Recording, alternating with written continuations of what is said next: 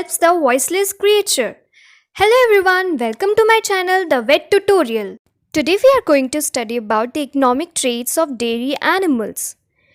The topics which we are going to cover are: what is economic traits, why economic traits are important, and types of economic traits. But before starting this, subscribe my channel and also click the bell icon, and if you like this video, give a very big thumbs up. Let's begin. So let's first start with what is economic traits. Economic traits means the characters and the features in which person has interest with respect to his animals. The economic traits are typically those that affects either the income obtained or the cost of production. Then let's see why economic traits are important. Selection and judging of breeding stocks are the first and foremost step to start with any breeding program. For this, various economic traits are taken into consideration. Then let's see the types of economic traits.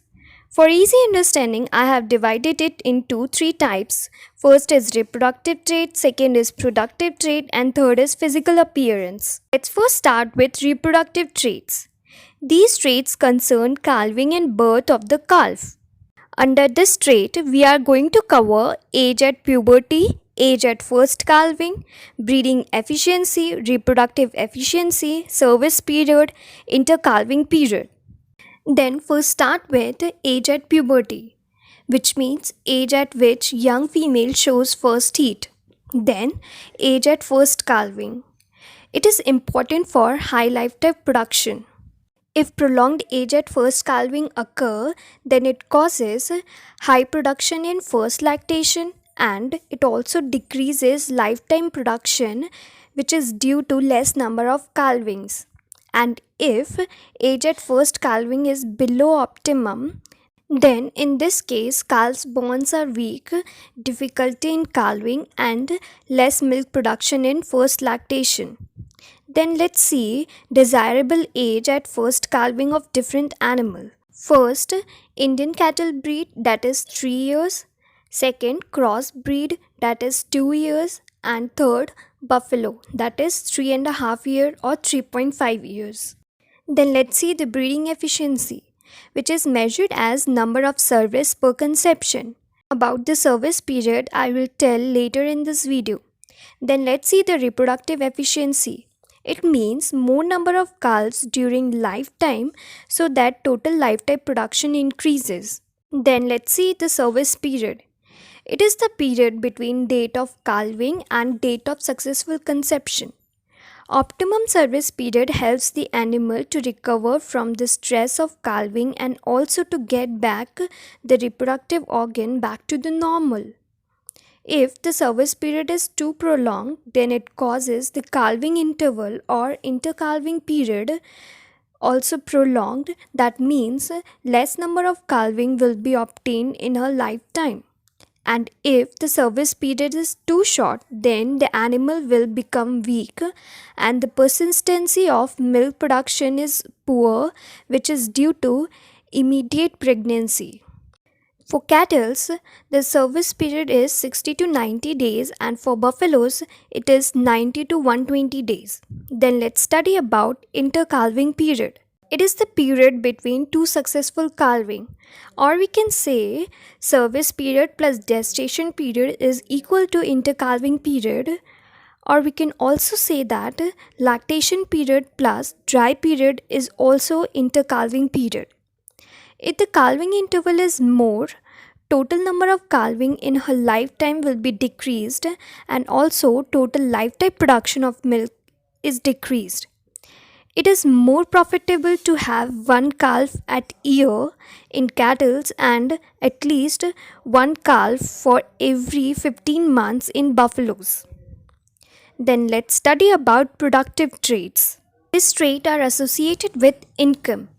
The economic returns of cattle and buffalo farmers are through sale or home consumption of milk, meat, dung, and skin of the animals, and the sale of the surplus animals for breeding purpose.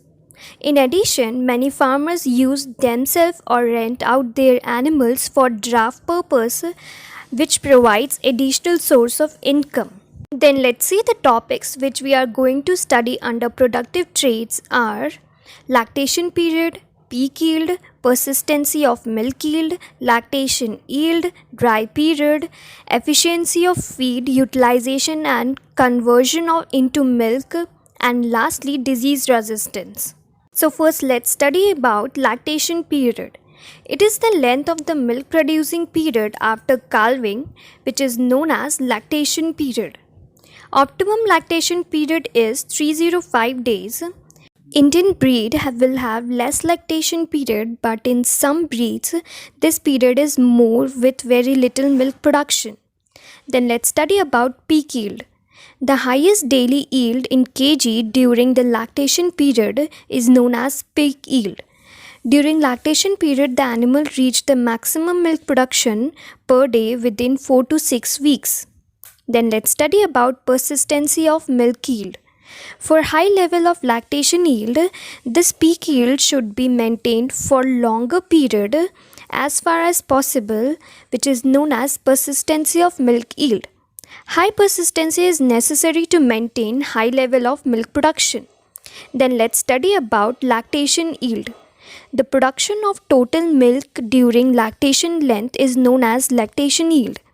The lactation yield in Indian cattle breed is very low compared to exotic cattle breeds. This is depend on number of calving, frequency of milking and persistency of yield. Then let's study about dry period. It is the period from date of drying, that is stop of milk production, to next calving. The animals should be given rest period to compensate for growth of fetus and repairing of the teats. A minimum of 2 to 2.5 months, which means 60 days, dry period should be allowed. If the dry period is not given or too short, then two conditions will occur. First, animals suffer from stress. Second, in next lactation, the milk production drops and also gives weak calves. And if the dry period is too long, it may not have that much effects on increasing milk yield in the next lactation, but it decreases the production in the present lactation. And second, greater cost for maintenance without any income. Then let's see the efficiency of feed utilization and conversion into milk. The animal should take the feed more, utilize it, and efficiently convert it into the milk. Then let's see the disease resistance. Indian breed are more resistant to majority of diseases compared to exotic cattle. And the crossbreeding helps to produce high yielding and disease resistant hybrid animals. Then let's study about the third type of economic trait, that is physical appearance. Consumer buy with their eyes. Thus, the physical appearance of an animal plays an important role in appealing the customers. Under this trait, we include body color, other traits, horn shape, weekly body weight, which means weight measured in every week. Then fortnightly body weight, which means weight measured every 2 weeks. Then quarterly body weights, which means weight measured in every 3 months, or we can say quarter of year. Then heart girth or chest girth, which means circumference around the chest. Then length, which is measured from the point of shoulder to the pin bone. Then height, which measured from ground to the top of the wither. Then posterior girth or pouch girth, which means circumference around the convex surface of the last rib to the lower flank. Here we end all types of economic traits, and in the next video I am going to explain these economic traits with graphical representation for better understanding. Stay safe and let's meet in the next video.